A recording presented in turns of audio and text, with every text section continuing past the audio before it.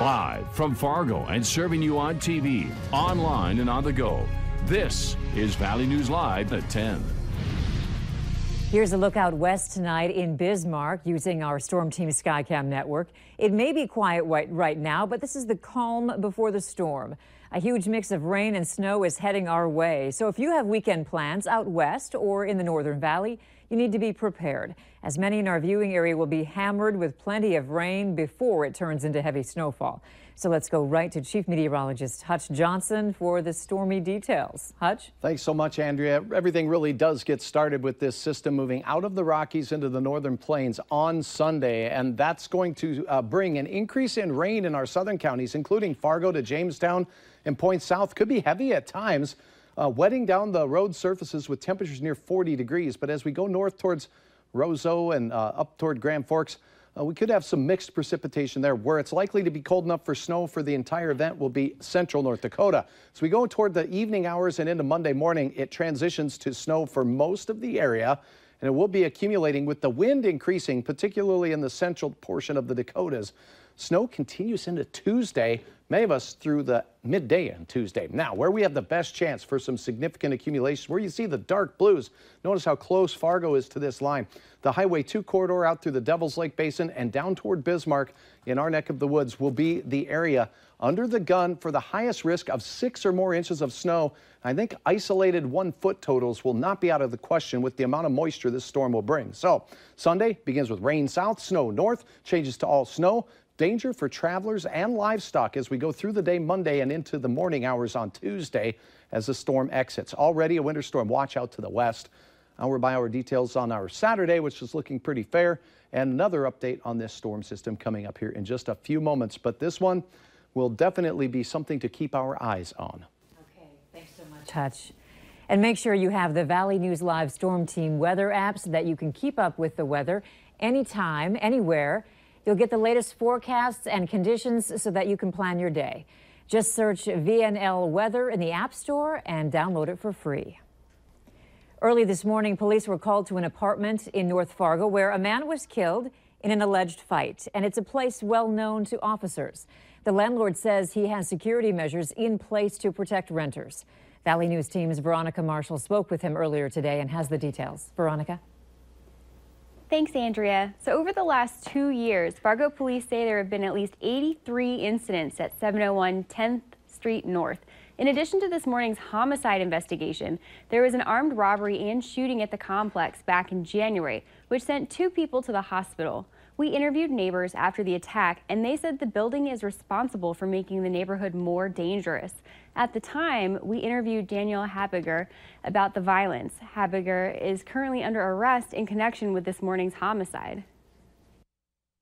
It worries me, but I think I should be okay. It's the only place I can afford, really. So I think it's safer to be indoors than be in the homeless shelter. I spoke to David Gill, who owns the complex. He says 701 10th Street is secure, and he's actively working with police to keep it that way. Jill, who didn't want to go on camera, says tenants are given keys to lock the front doors behind them, but renters don't always follow procedure. Jill says he's also filed paperwork with police, so when people do sneak in, they can be picked up for trespassing. Jill says there are some good people who live at his properties, and he does his best to keep them safe. Andrea? All right, thank you, Veronica. Jill says he knew Habiger and described him as a quiet man who never caused any trouble. Jill went on to say he tries his best to help the community by renting units to people other landlords might not accept. As we mentioned, David Habiger was arrested after he contacted police saying he got into a fight that left another man dead. No formal charges have been filed at this time. U.S. officials say an explosion last month on a tourist ferry in Mexico was caused by an explosive device that injured passengers, including 2 young boys from North Dakota. The explosion sent a fireball and smoke flying from the ferry, which was docked in the beach resort of Playa del Carmen on February 21st.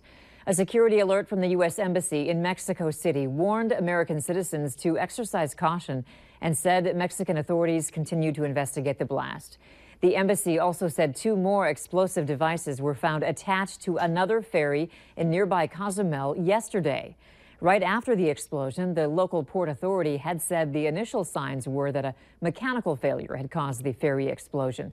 The blast injured at least 18 people, including 2 members of a family from North Dakota. The Laughlin family from Valley City was vacationing in Playa del Carmen, Mexico.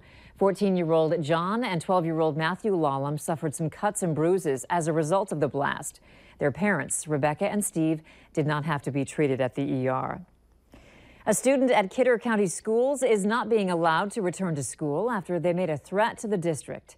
A statement posted to the school district's Facebook page says a general threat was made to the school yesterday. The statement goes on to say they contacted law enforcement and eventually determined that the student would not be allowed to attend school until further notice. Campus police at UND served a search warrant at the Phi Delta Theta fraternity house involving allegations of embezzlement by the house treasurer. Authorities say they arrested 23-year-old Chase Johnson and took him to the Grand Forks County Jail. He has been charged with theft of property, a Class B felony. The amount allegedly stolen was between $10,000 and $50,000. Johnson is also the treasurer of the UND student body. Police say the investigation is ongoing.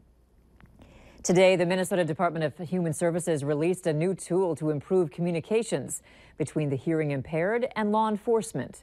The new two-way communication card provides guidance to officers on how best to interact with people who have trouble hearing.